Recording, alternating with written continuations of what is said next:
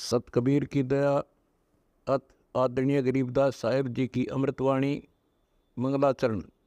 गरीब नमो नमो सत पुरुष को नमस्कार गुरु के नहीं, सुर नर मनजन साधुआ संतो सर्वस दे नहीं। सतगुरु साहेब संत सब दंडो तुम प्रणाम, आगे पीछे मध्य हुए तिनको जहाँ कुर्बान। नराकार निर्विषम काल जाल व बंधनम, निर्लेपम निज निर्गुणम अकल अनुबेषुंडनम।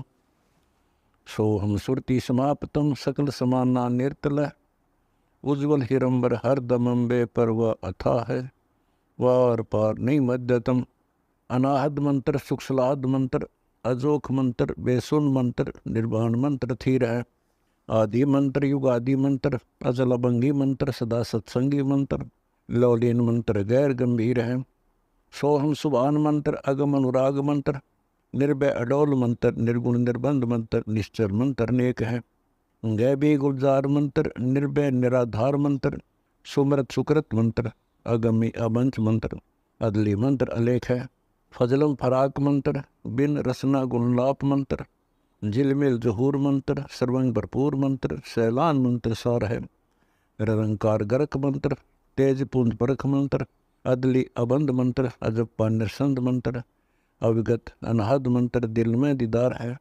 वाणी विनोद मंत्र, आनंद असोद मंत्र, कुर्सी करार मंत्र, अनबय उचार मंत्र, उज्ज्वल मंत्र अलेख है। साहिब सतराम मंत्र, साई निकाम मंत्र, पारक प्रकाश मंत्र, हीरंबर हुलास मंत्र, मौले मलार मंत्र, पलक बीज खलक है। कौन ब्रह्मा का पिता है, कौन विष्णु की माँ, शंकर का दादा कौन है, हमको दे बता। यह जानने के लिए कृपया सुनिए जगत गुरु तत्वदर्शी संत रामपाल जी महाराज के। थोड़ा सा हिम्मत करो, क्योंकि सबसे बड़ा हमारा अभिमान अहंकार राक्षस है। जब हमने मत्था टेक दिया, जब हमने लंबी डंडौत ही कर दी, फिर कसर कौन सी राख ली। उसके बावजूद फिर अकड़ काहे की। जब सर्व सौंप दिया तो फिर अकड़ नहीं। इसको करके देखो कभी तो कितना आनंद आता है। आप सत्कर मान लियो, मुझे तो आप मतलब समय नहीं देते, मैं अब भी आपके जूते साफ कर दूं, ठाकर दर दूं। मुझे कोई न, ये एक मात्र भी ये नहीं है कि मैं बहुत बड़ी पर उस पर पहुंच चुका हूं ना। ये जीव जब तक इस सृष्टि में है वो कुछ भी नहीं है। यहां से निकल ले जब जानिए, तो हमारे अंदर ये बात कभी भी घर नहीं कर दी कि मैं संत हो रहा हूं और मेरे सैकड़ों हजारों शिष्य हो गए, मैं बहुत बड़ा बन गया। कुछ भी नहीं हूं, जीव का जीव हूं। अगर ये यहाँ से छुटकारा नहीं हुआ, अगर आखिर में भी पैर उलझ गया तो भी ज्यों का त्यों है। चक्कर फिर लंबा चौड़ा से महाराज की कहते हैं कबीर, मन के मते ना चालिए, इस मन का के विश्वास, और साधु जब लग डर कर, जब लग पिंजड़ सांस। जब तक तेरे शरीर में सांस है ना, तब तक विरा रहना सावधान है। अड़ब बड़े बड़े बिगड़ गए। ऐसे ऐसे ऋषियों का प्रमाण मिलता है। पाराशर जैसे, श्रृंगी ऋषि जैसे, जो सारा दिन में एक बार वृक्ष की छाल का जीभ लगाया करती थी और उससे उनकी भोजन तृप्ति हो जाया करती थी। ऐसी साधना उन्होंने एक खेचरी मुद्रा से कर ली जाती है। अब कबीर गरीबदास जी ने में बताया कि देख भाइयों के रोला से एक खेचरी मुद्रा होती है, उसको जीभ अपनी उठाकर और वापस लगाई जाती है तालू के ऊपर। इसका अभ्यास कर लीजिए आप लगातार, आपके शरीर में एक अमृत श्रवण हो जाएगा, अमृत टपकना शुरू हो जाएगा। इस तालू के ऊपर या जीभ से ऊपर लटके से ना, इसके ऊपर एक अमृत सरोवर है, उसमें अमृत है।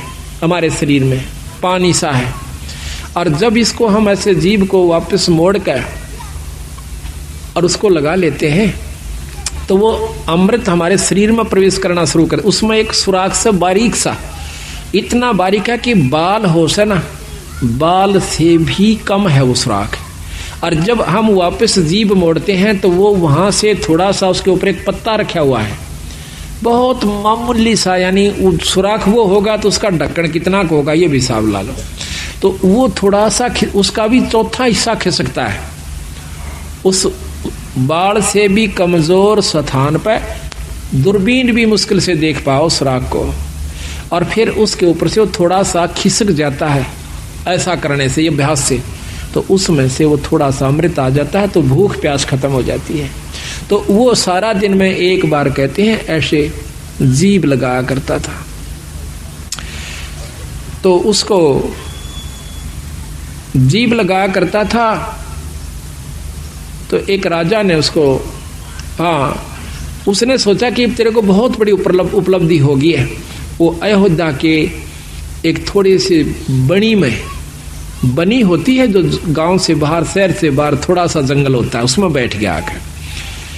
अब देखा, एक ने देखा, दो ने देखा, चार ने देखा, गांव में शहर में सुरसराट मच गया कि एक महान संत आया हुआ है, सारा दिन समाधि में रहता है, एक बार जुबान लगा वैसे वृक्ष के और कुछ नहीं खाता। आसपास के दर्शन करने की खातिर टोल के टोल जान लग गए, औरतें भी, बहन भी, माई भी, बाई भी, सब दर्शन कर कहाँ पर वो आंख कौन खोला है, न्यों बैठा रहा। बहुत सुंदर शरीर, नौजवान। कहते हैं राजा दशरथ की लड़की कांता, शांता नाम था उसका। राजा दशरथ के शांता होने के बाद कोई पुत्र प्राप्ति नहीं हुई।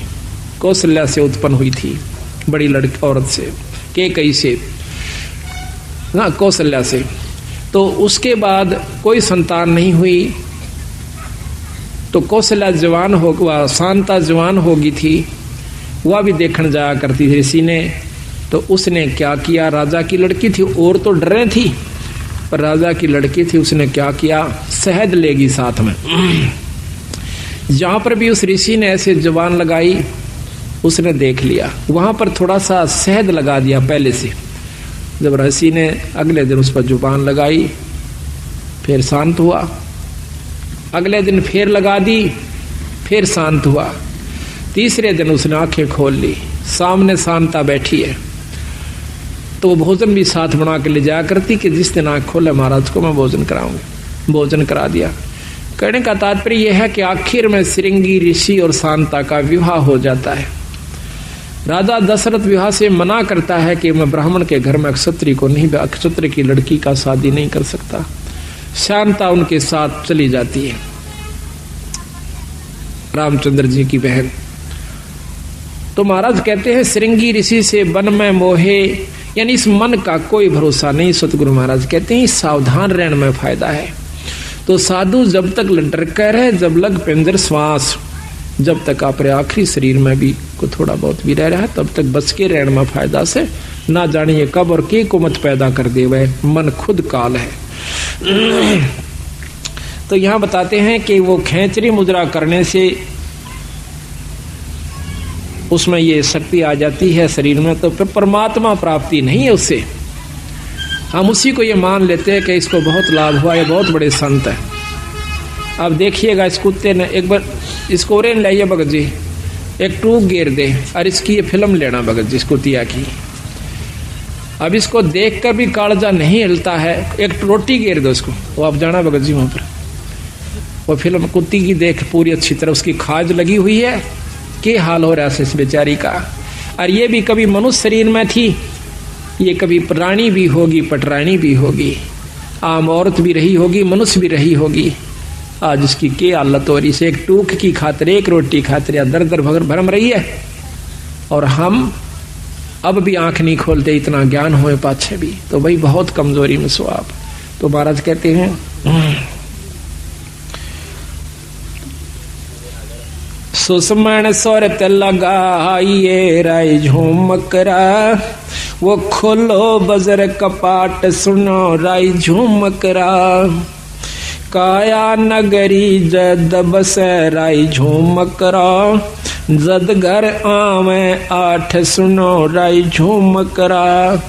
ये काया नगरी जब बसेगी, जब भगवान भजन के काबिल होगी, जब इसमें सील, संतोष, विवेक, अक्षमा, भाव, भक्ति, नम्रता, दया, ये 8 प्रकार की व्यवस्था उत्पन्न हो जाएगी, अहंकार खत्म हो जाएगा। काया नगरी जद बसे राय झूमकरा, जद घर आवे 8 सुनो राय झूमकरा।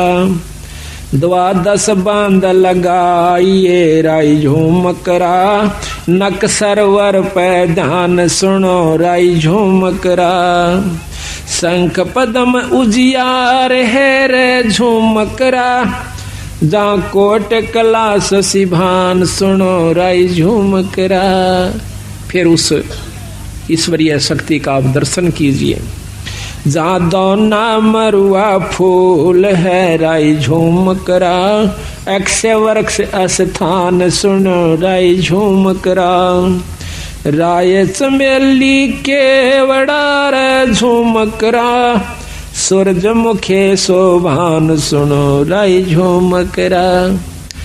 सुरत नरत दो अंसणी रे झूमकरा, मान सरोवर नाम सुनो रे झूमकरा। के अंदर जब आप जाओगे, अंदर ईश्वरीय शक्ति की आपको झलक होना शुरू होगी। अब कोई तो शुरू में ही प्रकाश नजर आता है, कोई भी इष्ट है, कोई भी देव है, उसका प्रकाश होता है। योगी जन या साधक जन, भगत जन, एक बार थोड़ी सी ऊपर झलक हो जाती है किसी प्रकाश की, किसी इष्ट की, तो वो सोच लेता है कि मैंने बहुत कुछ प्राप्ति होगी। तो कहते नहीं, अभी तो बहुत ऊपर जाना है। जैसे 0 के बल्लभ का भी प्रकाश होता है और 60 के बल्लभ का भी प्रकाश होता है, 100 का भी, मरकरी का भी, 1000 वाट के का भी, पर उसमें अंतर होता है। इसी प्रकार हर इष्ट में, हर परमात्मा में ब्रह्म, पारब्रह्म, पूर्ण ब्रह्म, इनमें सब मंत्र बताया सतगुरु महाराज ने कि जब तक आप पूर्ण ब्रह्म से नहीं आपका संपर्क होगा, वो भक्ति नहीं मिलेगी, तब तक आप मुक्त नहीं हो सकते। लेकिन अभी तक जो ये झलक दे रहे हैं, जो झुमकरा को, राम राय को ज्ञान था 3 लोक की भक्ति का, वही बता रहे हैं। अनभय मालन ओह तेरी रे झुमकरा, फूलन सेज बिछाई सुनो राई झुमकरा। छतर सिंहासन श्वेत है रे झूमकरा, पलकों चौरा डुराई सुनो राई झूमकरा। अरस देवंगना गाँव ही रे झूमकरा, अनहद सबद घमोड़ सुनो रे झूमकरा। बिन पग का जा पंथ है रे झूमकरा, मकर तार की डोर सुनो राई झूमकरा। और कहूँ कुछ और है रे झूमकरा, बिन देही का देव सुनो रे झूमकरा। स्वर्ग रसातल में बसे रे झूमकरा, जाके कर ले सेव सुनो राई झूमकरा। 3 चरण चंता हमणी राई झूमकरा, गर्दन गरीब मरोर सुनो राई झूमकरा। इस प्रकार सतगुरु महाराज उनको बता रहे हैं कि भाई इस प्रकार आप अंतःकरण में जा, अपने अंदर में, शरीर में प्रवेश कीजिए, फिर उस ईश्वर का, ईश्वरीय शक्ति का आप लाभ लीजिए। अगर जब तक आप ये लाभ नहीं पाओगे, तब तक ऊपर की बातें तय पूर्ण लाभ प्राप्ति नहीं होगा। केवल पाठ मात्र से भी लाभ नहीं है, केवल आपको धाम पर जाने से भी लाभ नहीं होगा, केवल सत्संग मात्र कराते रहने से ही लाभ नहीं होगा, जब तक आप अपने अंतःकरण में झांक कर नहीं देखोगे। लेकिन इन सारा के बिना ये काम नहीं हो सकता। ये कार्य सारे जरूरी हैं। खेत को पहले संवारा जावा से, उसको संवार करके फिर बीज बोया जाता है। बीज बोने के बाद भी उसकी बहुत संभाल करनी पड़ती है, जब जाकर के हम उसकी पूरी परिपक्व फसल ले सकते हैं। इसी प्रकार परमात्मा के नाम पर लगने पहले सत्संग की आवश्यकता होती है। नाम लेने के बावजूद सेवा, सत्संग और दान धर्म की पूरी आवश्यकता पड़ती है।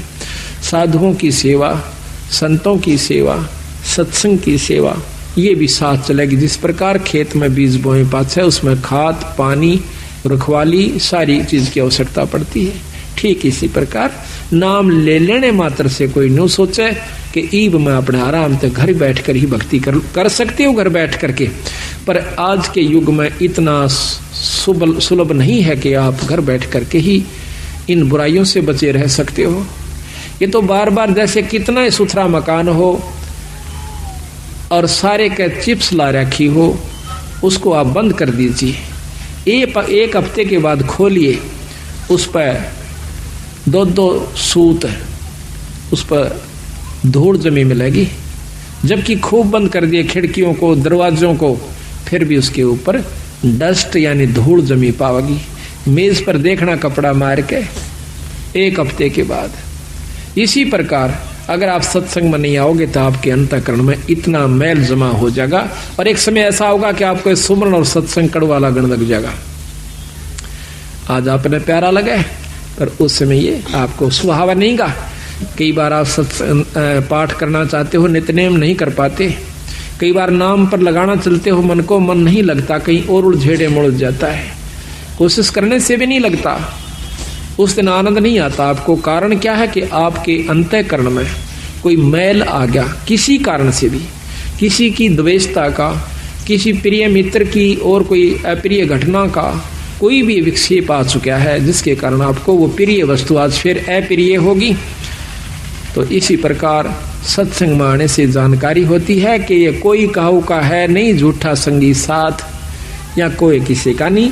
कबीरा चिंता तो सतनाम की और ना चिंता दास, और जय कोई चिंता नाम बिना वह काल की फांस।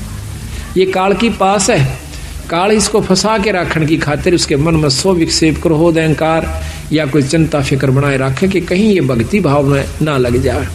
तो उस दिन और ज्यादा भक्ति करे, परमात्मा का नाम लेवे, कोई किताब धार्मिक पढ़ लेवे, अपने गुरु से मिलन की कोशिश करे, संत से मिलन की कोशिश करे, आसपास कोई सत्संग हो तो उसमें जाने की कोशिश करे, ताकि आपके मन का जो अंतःकरण के अंदर जो विकार आया हुआ है वो ठीक हो जाए। घर में नहीं ठीक हो सकता, या तो सुमरण अधिक करे, ना चाहते हुए भी करे उस सुमरण को, उस दिन फिर आप ठीक हो जाओगे। इसी प्रकार सत्संग की आवश्यकता पड़ती है। तो ये बहुत लंबा प्रकरण कबीर साहब ने दिया है, गरीबदास जी ने दिया है, उनके बारे में जो मकरा को बताया है। इन्होंने ऊपर बताया कि इससे ऊपर एक और शक्ति है भाई, वो क्या है? ब्रह्मा विष्णु महेश से, क्योंकि वो खुद भी विष्णु उपासक थे राम राय जी। सकल भेद तो से कहूँ रे जो मकरा, सुनियो शब्द संदेश सुनो राजो मकरा। अब ये योगियों का मार्ग तेरे बस का कोना भाई राम राय। ये ना तो आप ऐसा साधन अपना सकते, ना इतना समय आपको मिल सकता। अब बताता हूं सही भेद। एक शब्द संदेश, गुरु से उपदेश लिए पूरे संत है, नाम वो भी हो जो वही हो जो कि जो प्रमाणित है। फिर वो गुरु के पास वो सार नाम हो, और सार नाम के बाद आपको शब्द प्राप्ति करवावे। सार नाम के बाद शब्द का नंबरा होगा। तो जब तक शब्द प्राप्ति नहीं होती तो भी आप पूर्ण मुक्ति के अधिकारी नहीं हो पाओगे। तो इतना गजब काम है। तो महाराज कहते हैं सकल भेद तो से कहूँ रे झूमकरा, तुम सुनियो संत संदेश शब्द संदेश सुनो राय झूमकरा। इनने ना दिखलाइए रे झूमकरा, कैसा है वो देश सुनो राय झूमकरा। अब बंदी छोड़ कहते हैं कि ना तो इतना समाधि यानी ये कोशिश करने की आवश्यकता प्राणायाम आदि की, मेरे शब्द में मेरे नाम में वो शक्ति आपको इन आख्यात नो का नो आंख खुली है और सुरत सतगुरु के चरणों में जा चुकी होती है। इसको सहज समाधि कहते हैं। ये मेरे नाम में शक्ति है, मेरे शब्द में शक्ति है। सकल भेद तो से कहूँ राय झूमकरा, सुनियो शब्द संदेश सुनो राय झूमकरा। इनने ना दिखलाइए रे झूमकरा, कैसा है वो देश सुनो राय झूमकरा। पल नीचे पल ऊह परे रे झूमकरा, तामद नरक निहार सुनो राय झूमकरा। अजर नजर आवे नहीं रे झूमकरा, खिले अदर अदार सुनो राय झूमकरा।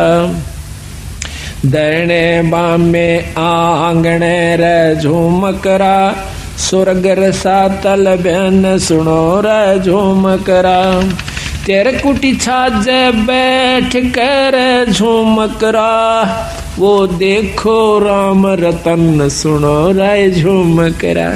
त्रिकुटी छा जाए, उस त्रिकुटी का अंदर पहुंच के और फिर उस राम रतन को देखो, ईश्वरीय शक्ति को देखो।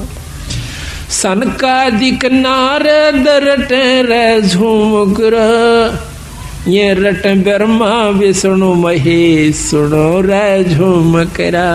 अब अपने उसको बताते हैं सतपुरुष को कि जिसको ब्रह्मा विष्णु महेश भी जिसका नाम जपते हैं, उस शक्ति को, उससे संपर्क बना भाई।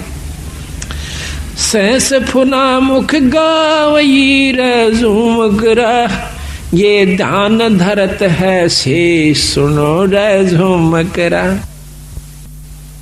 नैन रख रे झुमकरा, ये बगल बिदा को देख सुनो रे झुमकरा। नैनो ही में नैन रख रहे झुमकरा, नैनों में अपने सुरत के नैन को अंदर जो अंतःकरण के नैन से मिला। दास गरीब अतोल है रे झुमकरा, अवगत पुरुष अलेख सुनो राय झुमकरा। वो पूर्ण ब्रह्म परमात्मा सतपुरुष सतलोक के अंदर है और उससे आप संपर्क करो।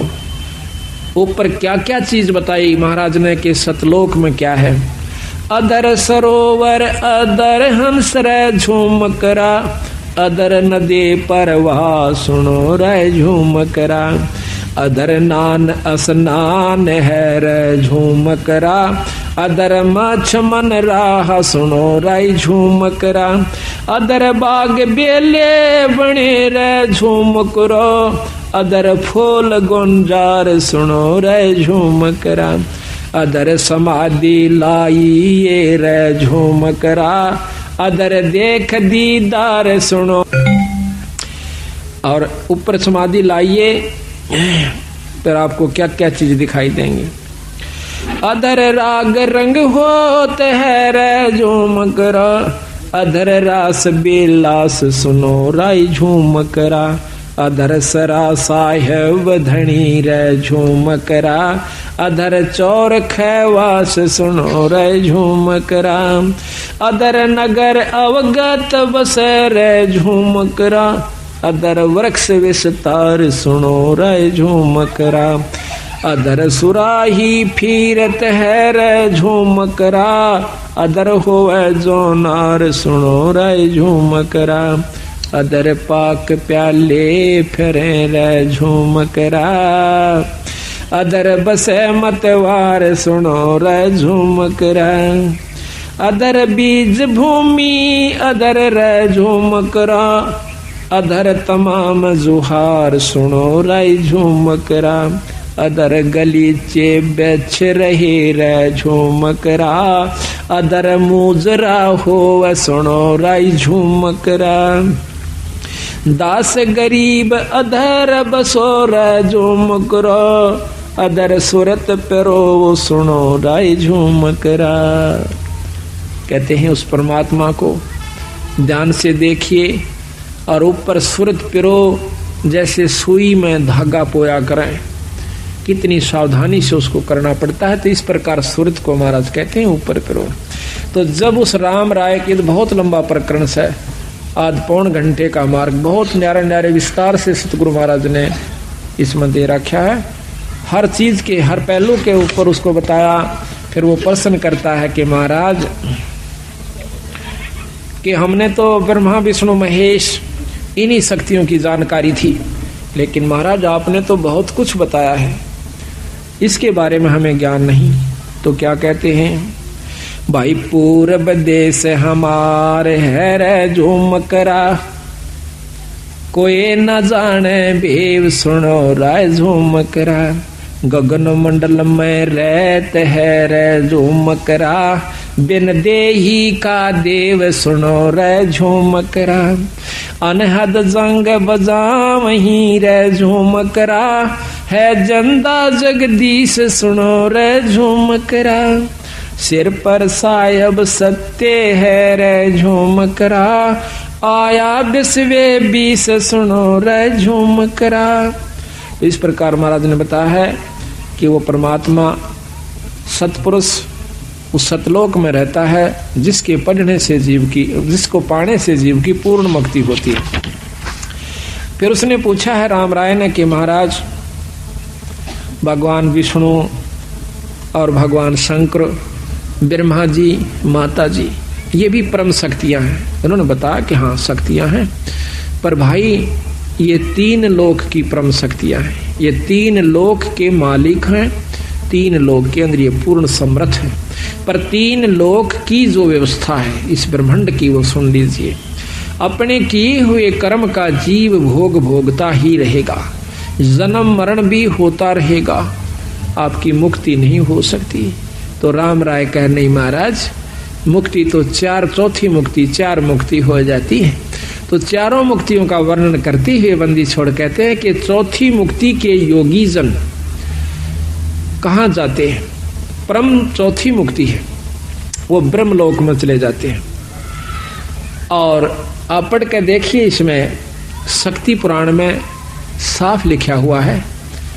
और सुख सागर है एक बहुत अच्छे संत के द्वारा रचित, उसने लिखा है कि जो योगी जन बहुत अच्छी समाधिस्थ होकर के और बहुत अच्छी साधना कर लेते हैं, वो ब्रह्मलीन हो जाते हैं। ब्रह्मलीन कैसे होते हैं? ब्रह्मलोक को चले जाते हैं, जो निरंजन का लोक है, जिसको महास्वर्ग कहते हैं।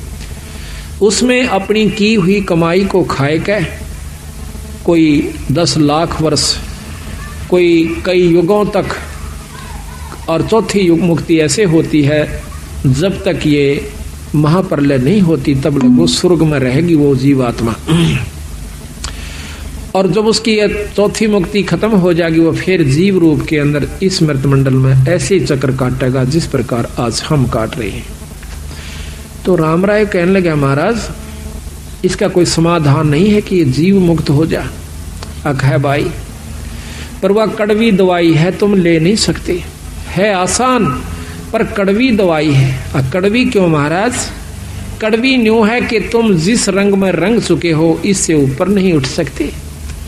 हम इन शक्तियों का आदर करते हैं, हम इन शक्तियों का यथोचित आपको लाभ व स्थान बता रहे हैं, और वही आपके शास्त्र बता रहे हैं। और फिर हम यहाँ से कति छुटकारा आपको दिवा करके और अपने लोक में ले जाएंगे, सतलोक में। वो कहा महाराज सतलोक, वो सचखंड सुन्यासी, हाँ सचखंड। वो कौन सा है? कि वही विष्णु लोक सचखंड है। हाँ वो भी सचखंड है, विष्णु लोक भी सचखंड है, वो सतलोक है। लेकिन असली देखो, राजधानी तो चंडीगढ़ भी है और राजधानी दिल्ली भी है।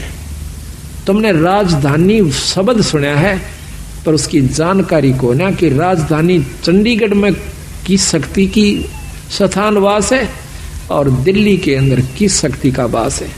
यही मैं बताना चाहूँ सो आपने कि विष्णु लोक भी सतलोक है बीरा, पर सतलोक एक और भी है जिसके सबके ऊपर जिस शक्ति का पूर्ण रूप से वास है। क्या है वो? पूर्ण ब्रह्म परमात्मा, उसके ऊपर कोई शक्ति नहीं है। तो उसके बारे में एक शब्द आपको सुनाते हैं। निर्विकार निर्भय तो ही और सकल भय माने जी साधो, और सकल भय मान। सब पे तेरी साहिबी, सब पे तेरी साहिबी, तुझ पर साहिब ना। निर्विकार निर्भय, निर्विकार निर्भय तू ही और सकल भयमान। ये जी साधो और सकल भयमान। सब पे तेरी साहिबी, सब पे तेरी साहिबी, तुझ पर साहिब ना। निर्विकार निर्भय। संध्या सुमरण आरती भजन भरोसे दास, ए जी साधो भजन भरोसे दास। मनसा वाचा कर्मणा, मनसा वाचा कर्मणा, जब लग घट में सांस, निर्विकार निर्भय, निर्विकार निर्भय तू ही और सकल बेमान, ए जी साधो और सकल बेमान। सब पे तेरी साहिबी, सब पे तेरी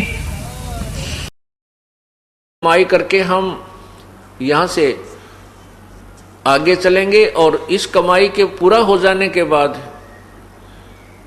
जो ये दास आपको मंत्र देता है, ये 5-7 प्रथम मंत्र, ये 5-7 नाम का होता है।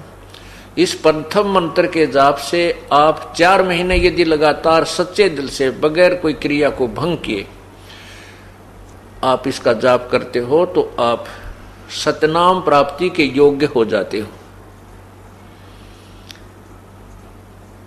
फिर आपको सतनाम दिया जाता है। सतनाम के अंदर आपको बताया सवेरे के 2 अक्षर होते हैं, एक ओम, एक तत्। तत् ये संकेतिक है। कई संतजन ओम तत्सत, ओम तत्सत ऐसा जाप रट्टा लगाने को कहते हैं, वो अज्ञानी है, उनको ज्ञान नहीं।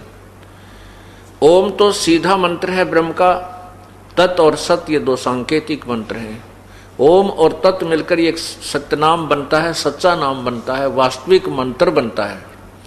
सत्यनाम का अर्थ है वास्तविक नाम, सच्चा नाम, यथार्थ भक्ति का मंत्र, इसको सत्यनाम कहते हैं। वो सतनाम 2 अक्षर का है।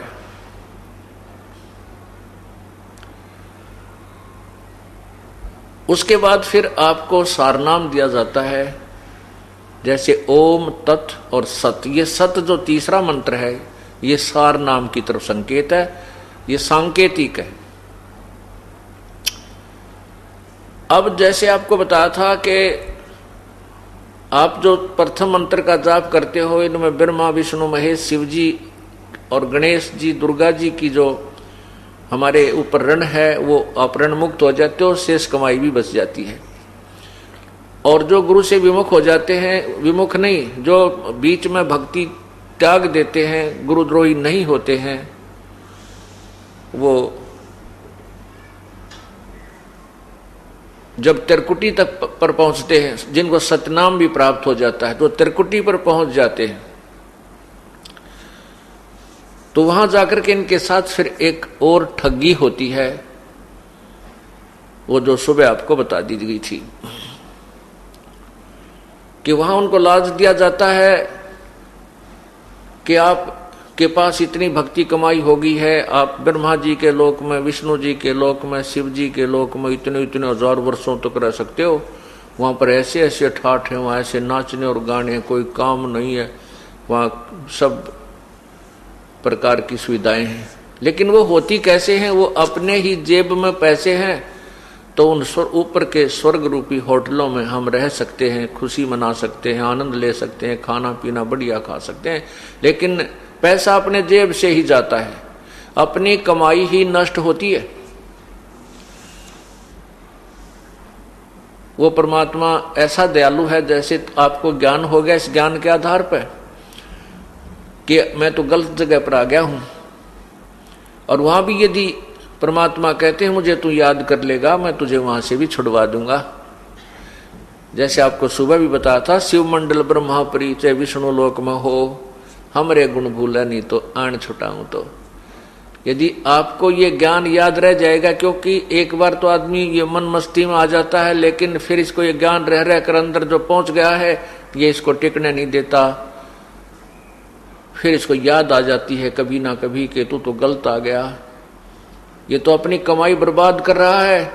कहते वहां भी तू मुझे याद कर लेगा, परमात्मा कबीर जी कहते हैं मैं तेरे पास वहां भी पहुंच जाऊंगा और तेरे को काल के जाल से छुटवा के फिर पुनः मनुष्य जीवन दे दूंगा। और लेकिन ये काम लंबा फिर बन गया। फिर ना जाने कब कोई तत्वदर्शी संत मिले, युगों बीत जाए, इनमें धक्के खाते रहेंगे। फिर कभी गधे बने, कभी कुत्ते बने, कभी कुतिया बने, फिर कभी मनुष्य जीवन मिलेगा, फिर कोई समय आएगा परमात्मा दया करेगा, मनुष्य शरीर होगा, तत्वदर्शी संत होगा, जब कभी सूत बैठे, अवसर मिले या ना मिले। इसलिए हमने इस काम को लंबा नहीं खींचना, ये बहुत लंबा खींच चुका है। असंख्य जन्म हो गया हमने ये डले डोचा ने, असंख्य जन्म हो गया हमने यही जन्मते और मरते ने। तो जैसे एक गीता जी अध्याय नंबर 18 के श्लोक नंबर 66 के ऊपर विवेचन चल रहा है, उसमें लिखा है कि सर्वधर्मान परित्यज्य माम एकम शरणम व्रज। ये देखिएगा पवित्र गीता जी,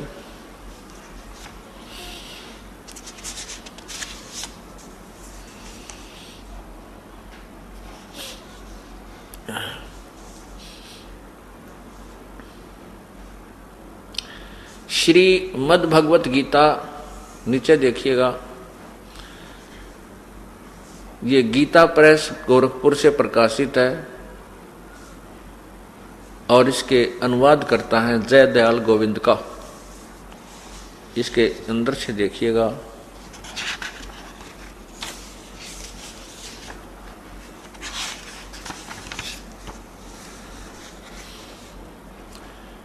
प्रकाशक एवं मुद्रक हैं गीता प्रेस गोरखपुर, गोविंद भवन कार्यालय कलकत्ता का संस्थान। इतना इतना। अब देखिए इसके अध्याय नंबर 18 के, इधर आइएगा नीचे,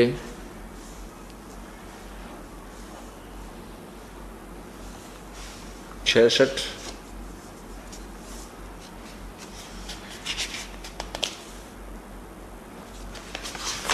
ये गीता नंबर अध्याय 18, नीचे मंत्र नंबर 66। ये इसमें क्या लिखा है, सर्वधर्मान परित्यज्य माम एकम शरणम वर्ज। ये वर्ज शब्द देखना ध्यानपूर्वक, वर्ज। यहां देखो, अहम तवा सर्व पापेभ्य मोक्षामि मासुच। मैं तुझे सभी पापों से मोक्ष कर दूंगा, तू चिंता मत कर। क्या लिखा, इन्होंने क्या अर्थ दिया है कि संपूर्ण धर्मों को अर्थात संपूर्ण कर्तव्य कर्मों को मुझ में त्याग कर केवल तू एक, मुझ में त्याग कर केवल तू एक, मुझ सर्वशक्तिमान सर्वाधार परमेश्वर की शरण में वर्ज माने आजा। ये वर्ज माने आजा शब्द लिखा है, जबकि वर्ज का अर्थ जाना होता है। ये देखिए, ये गलत अर्थ गलत कर दिया। मैं तुझे संपूर्ण पापों से मुक्त कर दूंगा, शोक मत कर, तू शोक मत कर।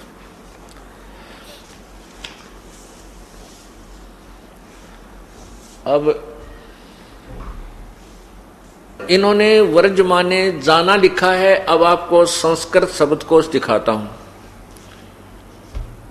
इसमें स्पष्ट किया है कि वर्ज माने, इन्होंने वर्ज माने आना किया है। गीता प्रेस गोरखपुर से प्रकाशित गीता जी के अनुवादकर्ता ने वर्ज का अर्थ आना किया है कि तू मेरी शरण में आ जा, जबकि वर्ज का अर्थ जाना होता है। ये देखिएगा,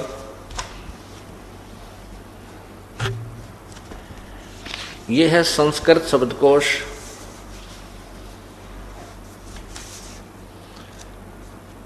अब पुण्यात्माओं, ये तत्वज्ञान इतना उलझ गया है, इसको सुलझाने के लिए, समझाने के लिए, सत्य को सत्य सिद्ध करने के लिए ढेर सारे प्रमाणों की आवश्यकता पड़ती है। संस्कृत हिंदी कोश वामन शिवराम आप्टे, नीचे कहां से छपी है ये देखिएगा, मोतीलाल बनारसी दास पब्लिशर्स प्राइवेट लिमिटेड दिल्ली से। इसके 993 पृष्ठ पर देखिएगा, ये व्रज शब्द है। इसका अर्थ है जाना, चलना, प्रगति करना, आना नहीं है।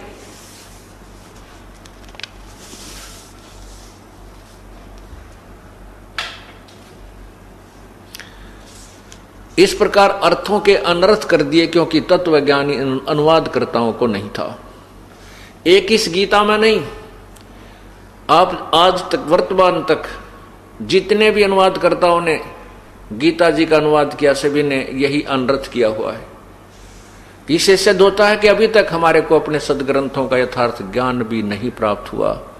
भक्ति तो हम कहाँ से करते, जब हमें अपने सिलेबस का ही ज्ञान हमारे तक नहीं पहुंचा तो हम पास कैसे होते, हम परिणाम परीक्षा में कैसे सफल होते। अर्थात अभी तक हम अधूरे ज्ञान पर आधारित रहे और भूत पितर स्वर्ग नरक इन्हीं चक्रों में, 84 लाख योनियों के चक्रों में हम भरमते भटकते रहे।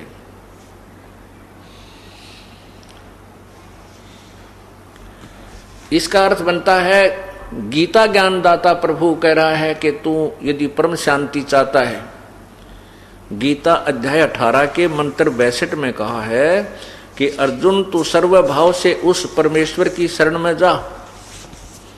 देखिएगा, यही वो पवित्र गीता जी अनुवाद करता है गीता प्रेस जयदयाल गोविंद का, और गीता प्रेस गोरखपुर से ही प्रकाशित है। अध्याय 18 नीचे मंत्र 62 देखिएगा, ये रहा। तम एव शरणम गच्छ सर्वभावेन भारत, तत्प्रसादात तत्प्रसादात प्राम शांतिम स्थानम प्रयासपि शाश्वतम। यहाँ क्या लिखा है कि हे भारत, सब प्रकार से उस परमेश्वर की शरण में जा, गच्छ। उस परमात्मा की परम कृपा से ही तू परम शांति और शाश्वतम स्थानम, शाश्वतम यानी सनातन, स्थानम माने परम धाम को, प्रयाससी माने प्राप्त होगा। सनातन परम धाम यानी सदा रहने वाले सतलोक को, शाश्वत स्थान माने सतलोक को प्राप्त होगा, यानी सदा जो रहे, कभी नष्ट ना हो। तो उसके लिए बताया है कि सर्वधर्मान परित्यज माम। इस 66वें श्लोक का ये अंतर है कि ये 66वां श्लोक है, इसमें लिखा है सर्वधर्मान परित्यज माम, सर्वधर्मान परित्यज माम एकम शरणम व्रज,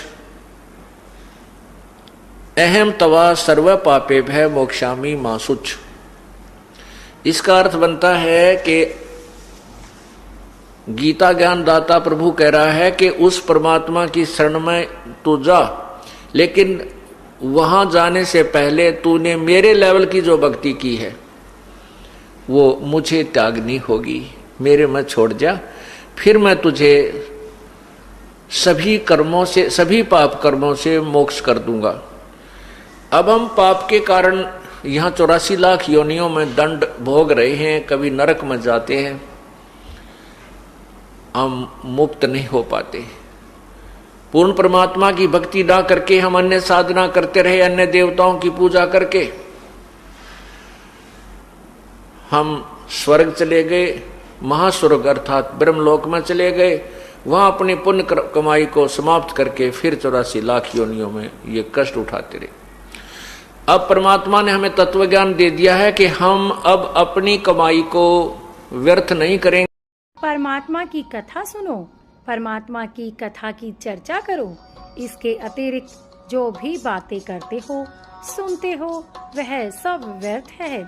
ऐसे ही आध्यात्मिक वीडियो देखने के लिए हमारे चैनल विश्व विजेता संत रामपाल जी महाराज को